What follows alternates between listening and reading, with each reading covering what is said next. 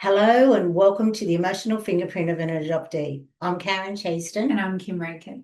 How are we today, Kim? Well, thank you. How are you? We are more than well. It's a beautiful day on the Gold Coast today, and we both wanted to go to the beach. And yes, we went for a little while this morning, but we're like, oh, let's go do it. And we're like, no, no, no. We're committed to create our podcast today. So we're going to do it. So do you know what we just did to make sure that we could show up fully for you all today? We just spent the last, 10 minutes dancing and moving to Budapest, the song by George Ezra. And it's such a great song. And I'll tell you why. The reason it's such a great song is you've got to move your hips. And women especially, that's where we store our negative energy in our hips. So if you're feeling like you're lethargic and you just got this to do and you don't want to do it, get up and dance. Dance like no one is watching. And if someone is watching, don't care about it because they're just jealous. They're going, oh, wow, look at her dance away. How great does she look? So I highly recommend it because I'm all energized. My hips are clear. Whatever tension I've been carrying because we're not at the beach has all been released. How about you, Kim? Yeah, feeling pretty good. It is. So what are we going to be sharing today? Today, we are talking about the mask of perfection and seeking safety through achievement. And the mask of protection. So this is one of the... Perfection. Did I say perfection? Protection. I said protection. Now, isn't that interesting that I said that? Protection, perfection. It is a protection, isn't it? It is. Yeah, I love the fact you picked up that I mispronounced that, but it wasn't really a mispronounce, was it? It was. So what it is what we're going to do over the next few episodes is we're going to dive into these traits that many adoptees have adopted because of their early separation, the 4 elements of the emotional fingerprint of an adoptee. And we're going to look at these traits, why you've taken them on, what caused you to take it on, and what keeps it continuing, the belief system, the way that everything has come together. And it's about safety. It's about you feeling safe because you never had that connection from the beginning.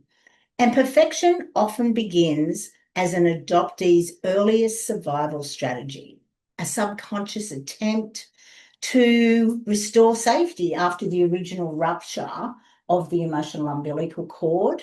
The primal wound whispers to an adoptee, if I'm flawless, I will not be left again. Yeah.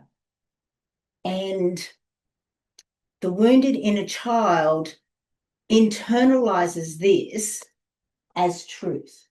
Yeah, because when the limbic system is deprived of consistent attunement, the performance becomes the form of connection, and achievement is the emotional regulator. Yeah. So achievement is their emotional regulator. I like that. And it makes sense. Like if I attune by being this perfect child, they won't leave me again. That's right. Yeah. But it goes beyond the family as well, doesn't it? It does. It does. It's, the primal wound is there and it's whispering, if I'm flawless, then I'm not going to be left again. And it shows up in every aspect, at school, as a child, with friends, in the family home. Yeah. And in many adoptive environments, the good child, the good child identity is celebrated. Quite compliant, you're quiet, you're compliant, you're excelling at school. But beneath all of this, deep within, there is deep fear. Yeah. Deep fear that you're carrying in your body. The rejection or failure could mean emotional exile. Exactly. Further abandonment. Yes. And so the adoptee, if they become admired and flawless through achievement, then that replaces the attunement, and accomplishment replaces, accomplishment allows them to shine and not be rejected. Yeah. And to be told, oh, you're brilliant, you're loved, all this. Because as we know, many adoptees have low self-worth, low self-esteem. So through achievement, that's how you can lift yourself up. But it's external, it's not internal. That's right. And that's where the issue is. So what we're going to do, and I just love the way that we do things so differently, the way we look at things. That's right. Yeah. It's very unique having a biological mother and an adoptee come together. Yes. So hopefully we can share our wisdom. It's not hopefully, Kim. We will be sharing our wisdom. We have so many insights. You know, we've taken over 18 months bringing all this together. Yeah. So it's not as though we've just gone like this. We've really dived into it, and we've brought in our lived experience, but we've also brought in our different modalities that we've learned over the years, becoming our own best friends and diving into us, and me diving into loss after Dan passed. So there's so much wisdom that has come together that we have co-created this together. That's right. So our collaboration really is a true co-creation. Yeah, it really is. So what we're going to do now is we're going to have a look at the mask of perfection, looking through at the 4 elements of the emotional fingerprint of an adoptee. So this is exciting. I'm so excited about this. So we're going to have a look at the core drivers, Kim. So which of the first would you like to look at? Well, because they're intertwining, today I'm going to begin with the primal wound. Okay, yep. And it's that initial separation from from your biological mother that imprints the belief that I'm not good enough, I'm not worthy to be kept. Yeah. And from this, the wound grows, and the subconscious drive to be exceptional and to earn love, worth, safety through achievement takes place. Okay. That makes so much sense. So I'll look at then the wounded inner child, and we're doing these out of order of the way that they are formed on purpose. Because they intertwine. They intertwine and they intercept. Okay, so the wounded inner child equates worth with performance. Through that, they can avoid shame through control and achievement. So it's how you gain some sort of control over your life, because everything that has happened to you, you had no control. Yeah. It happened without a choice. That's right. So we all, as individual human beings, we all need to feel we're in control in some way. That's right. So perfectionism, which is the trait that we're looking at today, assists to give you that sort of control. Yeah. Yeah. Okay. I think then, the emotional umbilical cord and the severed connection creates a deep fear of rejection. Yeah. And it's probably driving the adoptee to seek reconnection through success and the need for approval. Becoming who they believe that their family will love and accept. Yeah. Yeah. Which brings us to the 4th element, which is the limbic system. And in the absence of limbic resonance, right, with their biological mother at birth, the adoptee's nervous system never fully learned co-regulation, because you didn't have that limbic resonance with your major caregiver. So you didn't really learn how to co-regulate.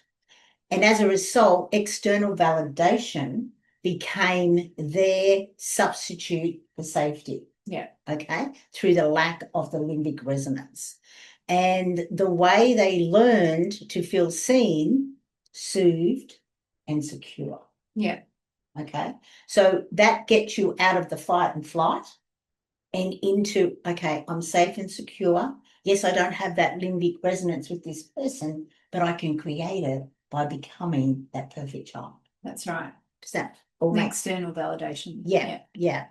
So in our programs that we've created and our programs and resources that we have co-created together, we delve into 8 different emotional themes that help us to to help to bring awareness and understanding about that life stage that we're talking about.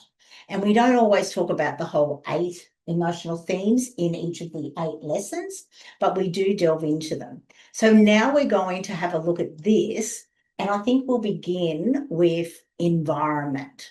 Okay. Yeah. So the adoptee's home or social settings offer reward, compliance, and performance when the good identity child shows up.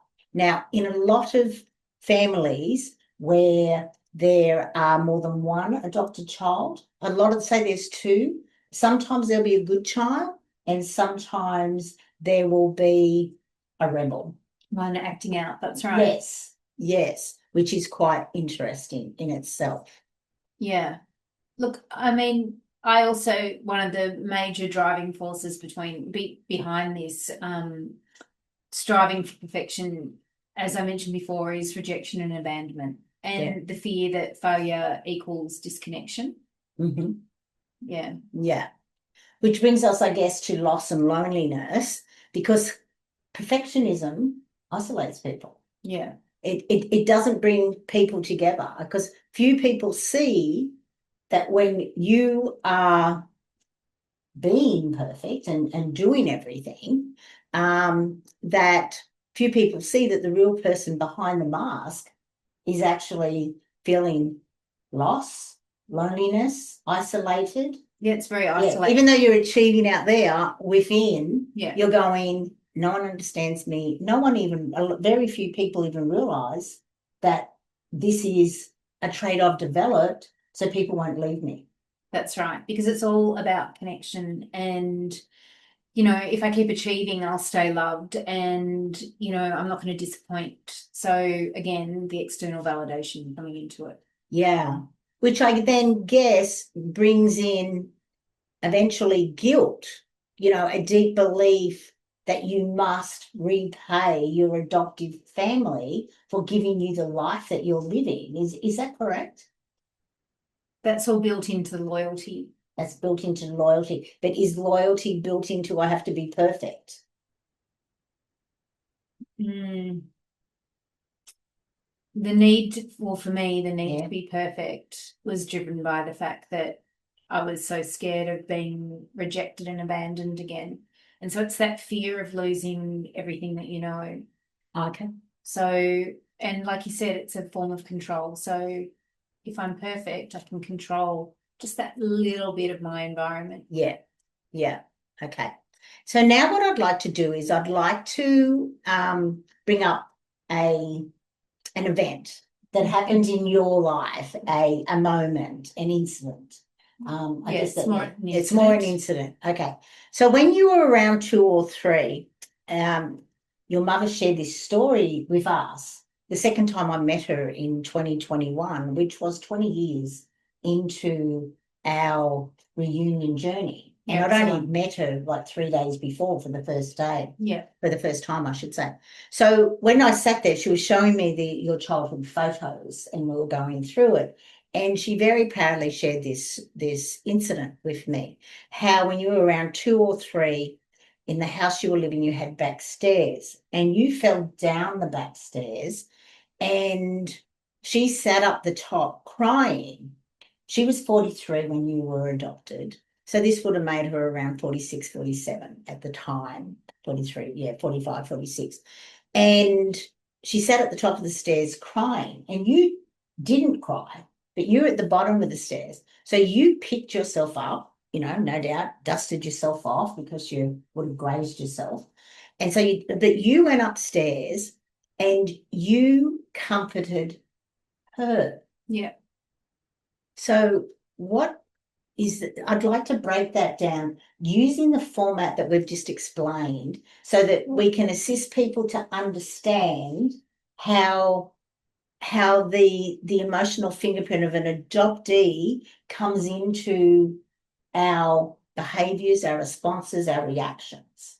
Yeah, I think that moment, and I recall a lot of incidents from my childhood, and I don't specifically recall that one. So this was relayed by my adoptive mother, and I think that moment actually sums up what perfection looks like for me. It's not about being flawless. I think in that moment, it was more about making sure everyone else is okay. And that is probably the part that most people don't see. For adoptees, perfectionism often begins as needing to feel safe, but not necessarily as wanting to be the best. Yeah. It could be about trying to ensure that no one else falls apart. And I feel like that was the role that I had to play for her. And yeah, like I think that sums up Yeah. The way it is. Yeah. the way it was for me as a child. Yeah. So let's look at this and why it matters so much. But first of all, I'd just like to say, I am not here judging your adoptive mother's parenting in any way. We're utilizing this incident because in the forced adoption era, most people, parents, society, were not aware of the emotional fingerprint of an adopted, the four elements and how connected you were. So I just want to make that really clear that that's not what this is about. This story powerfully demonstrates that perfectionism isn't about ambition. From that day onward, it's like your nervous system likely coded achievement, okay, composure, and emotional caretaking as the one way to stay connected and prevent further abandonment. Okay, so that's important for us to understand. More than likely, that one childhood moment became a lifelong template for you. Yeah. Always composed, always in control, always prioritizing others' needs from your own emotions, okay, even at the expense of your needs. So you prioritize others' emotions the way they are over your own. In order to feel safe. Yes, in order to feel safe. And I think that's what it's about, like emotional safety. Yeah. Yes, it is about emotional safety, but it's always like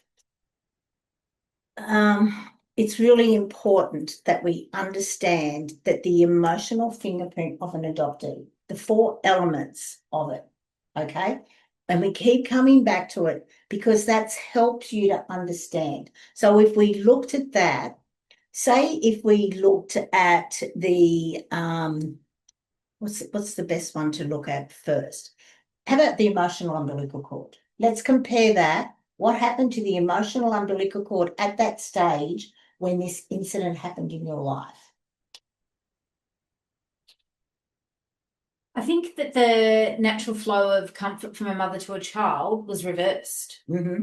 So usually the cord that should have soothed inwards, Yeah. I, as a 2 or 3-year-old, was needing to soothe outwards. Yes. Which isn't ideal. No, so completely reversed. In any way, yes. Whereas like the limbic system, so your nervous system would have encoded distress as a cue to regulate your mother, okay, your caregiver, your major caregiver. This would have flipped your attachment patterns, yeah, where you started to learn to read others' emotional states. Yeah. I guess before your own. Yeah, that's right. And so even though we have the initial wound, I suppose that these incidents show how, with the wounded inner child, how that grows and develops. And, I suppose for me, I learnt to hide vulnerability and overfunction emotionally to secure love and security. Yeah. And then I guess the primal wound, which would have created an internal belief, I can't need. Yeah. I must be the one who's always okay. And I think, I still show up like that as an Yeah. adult. Like I'm Yes. like, I know in reunion with you, like Yes. I don't want to be needy or, have you think that I need anything from you. And that comes back again to rejection, I think. Yeah. Like I Which is don't want to really be sad. too needy in case Yeah. you reject me again. Yeah. Which is never going to happen. So then I guess, yes. So now I guess we can look at the emotional themes that would have been activated in that moment, and they would have been rejection, as you said. Yeah, because I think, the natural distress of a child falling downstairs was shut down in order to supply comfort, I suppose, to ensure that my emotional world was secure. So I was the one providing the comfort. Yeah, because the environment you were in was clearly an overwhelmed caregiver for you because you fell down the stairs. As an older mother in the an older first time mother, she was probably overwhelmed. Oh my God, what have I done? I can't even stop her from falling down the stairs. She was so much easier when she wasn't walking. Yeah. Which I think most parents say at some stage. At least I knew where they were when she wasn't walking. That's why I was put on a leash. Oh no. Please don't say that. Which I guess resulted in the emotional reversal of roles. Yeah. For you. Yeah, that's right. Yeah. So I think, throughout my childhood, I felt loneliness. And I suppose in this moment, it's being emotionally alone and isolated. Yeah. And, I suppose reinforcing a bit of self-doubt. Yeah, which I can totally understand. And then I must soothe myself. Yeah, which is really sad because obviously with the loss of your biological mother, the loss of your childhood innocence sort of went as well at that stage. Your need for safety was replaced by responsibility for your mother, which for a 2 or 3-year-old is not ideal. And you would have had an internalized belief that my pain causes others pain. So I must perform. I must be there for other people. Yeah. Yeah, because the connection to your mother was achieved through your caretaking and not from receiving care, which is really, really sad. When we look at the 2-year-old that you were, so I suppose like you can see in this how beliefs are formed and how it does amplify that wounded inner child and yes. How that keeps growing. From something as simple, and not something as simple, but a small incident in your childhood, which I'm sure we've all, at some stage fallen over or done something and our mothers were overwhelmed. But we made sure they came to us because of that connection, the limbic resonance and all of that biological connection. And I think it's, for an adoptee, these little incidents may, on the surface seem like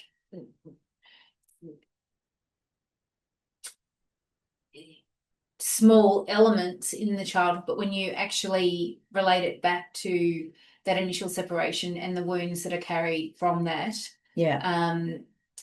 these little moments where the attunement's not quite there can leave an impact. Yeah, and as we said, as a 2-year-old, you should have been the one who was comforted, the one who was soothed, your distress, your pain acknowledged. Yeah.